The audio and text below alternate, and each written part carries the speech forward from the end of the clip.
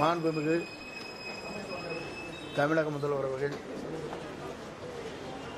தமிழ்நாட்டில் ஒரு பெரிய மாற்றங்கள் உருவாக்கப்பட வேண்டும் என்று மனதார மட்டுமல்ல செயல் வடிவத்தில் செயல்படுத்த வேண்டும் என்பதுதான் அவருடைய எண்ண பிரதிபலிப்பாக இருக்கிறது. இந்த அரசு என்ன செய்ய போகிறது என்று சிலரை கேட்கக்கூடும். முதலுடைய மனிதநேயத்தை பார்க்கின்ற போது திறந்த மனத்தோடு எல்லோரும் எல்லாம் பெற வேண்டும் என்ற நோக்கத்தோடு தான் நம்முடைய அரசு செயல்படுத்தி கொண்டிருக்கிறது என்று நீங்கள் காணுகிறீர்கள். நாளொரு மேனியும் ஒவ்வொரு அறிவிப்பை பார்க்கின்ற போது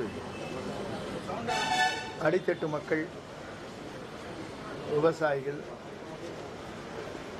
எண்ணற்ற திட்டங்களை உடனுக்குடன் நிறைவேற்ற வேண்டும் என்ற நோக்கத்தோடு தான் பல்வேறு அறிவிப்புகள் வந்து கொண்டிருக்கிறது.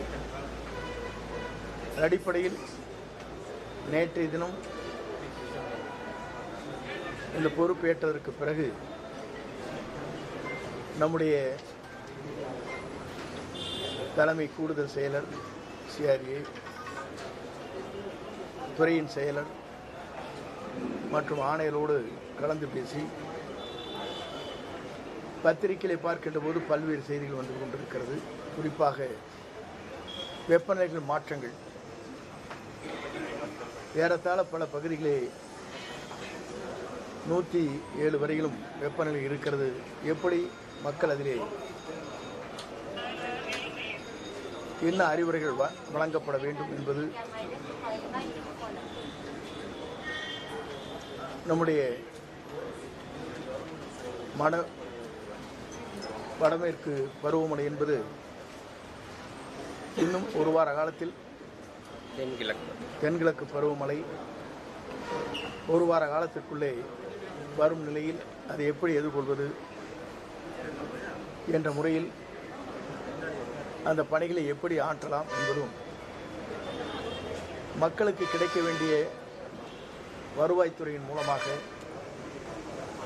அனைத்து பணிகளும் விரைந்து செய்வதற்கு என்னென்ன பணிகள் நாம் மேற்கொள்ள வேண்டும், மக்கள் மகிழ்ச்சியோடு நம்முடைய முதலமைச்சரை பாராட்டுகின்ற அளவிற்கு இந்த துறை செயல்படுத்த வேண்டும் என்ற நோக்கத்தோடு தான் இந்த கூட்டம் இங்கே கூட்டப்பட்டிருக்கிறது. இது பல்வேறு கருத்துக்கள் பரிமாறப்பட்டிருக்கிறது.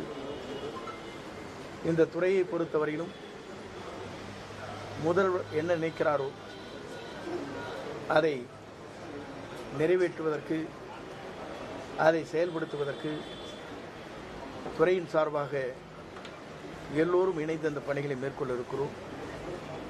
எல்லோருடைய பாராட்டுதலை பெறுகின்ற அளவிற்கு இந்த துறையை எடுத்துச் செல்வதற்கு நடவடிக்கை மேற்கொண்டு வருகிறோம் என்பதை மகிழ்ச்சியோடு நான் தெரிவித்துக் கொள்கிறேன்.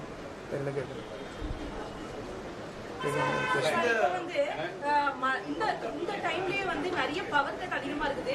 மழைக்காலங்கள் போன்ற நேரத்துல இன்னும் அதிகமா இருக்கும். அப்ப இந்த துறையும் மின்சாரத்துறையும் எந்த அளவுக்கு இன்னும் சரியா செயல்பட வேண்டிய தேவைகள் இருக்குது? இந்த பொதுவாக மழை காலங்களில் எப்படி மின்சாரத்துறை இயக்க வேண்டும் என்பது மின்சாரத்துறையினுடைய அமைச்சர் அதற்கான பதிலை கொடுப்பார்கள். நீங்கள் சொன்ன கேள்விகளுக்கு அந்த துறையின் அமைச்சரோடு கலந்து இது போன்ற தடைகள் வராமல் பார்த்துக் கொள்வதற்கு முதலமைச்சருடைய ஆணையை பெற்று நடவடிக்கை மேற்கொள்ளப்படும். சார், இப்போ பள்ளிகள் திறந்து கல்லூரிகளுக்கு போகிறாங்க மாணவர்கள், அவர்களுக்குரிய சான்றிதழ் கிடைக்க என்ன நடவடிக்கை எடுக்கிறோம்? நிறைய சான்றிதழ்கள் வந்து வருவாய்த்துறையில் தேக்கமாக இருக்குது. அது எப்படி நிறைவேற்றப்படும்?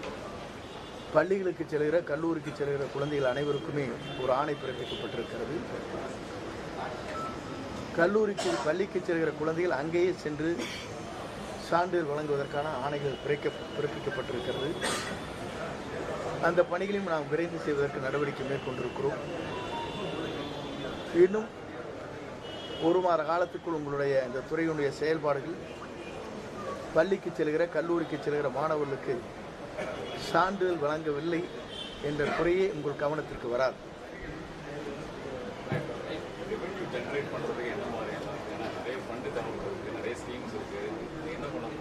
அதை பொறுத்தவரையிலும் நிதித்துறை பல்வேறு ஆலோசனை சொல்வார்கள்.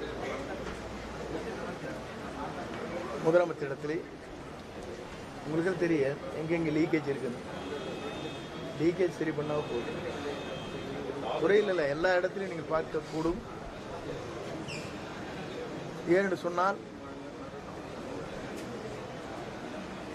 நிதி சிந்தாமல் சிதறாமல் துறையின் சார்பாக செயல்படுகிற போது இது போன்ற குறைபாடுகள் நீங்கள் சொல்வதைப் போல அதை நிவர்த்தி செய்ய முடியும் என்பதுதான் நம்முடைய முதலமைச்சருடைய கனவு. அதைத்தான் அவர் விரும்புகிறார். அவருடைய எண்ணங்களை நிறைவேற்றுகிற பணிகளை நாங்கள் அனைவரும் அந்த துறையின் சார்பாக நிறைவேற்றுவோம். சார், வருவாய்த்துறையில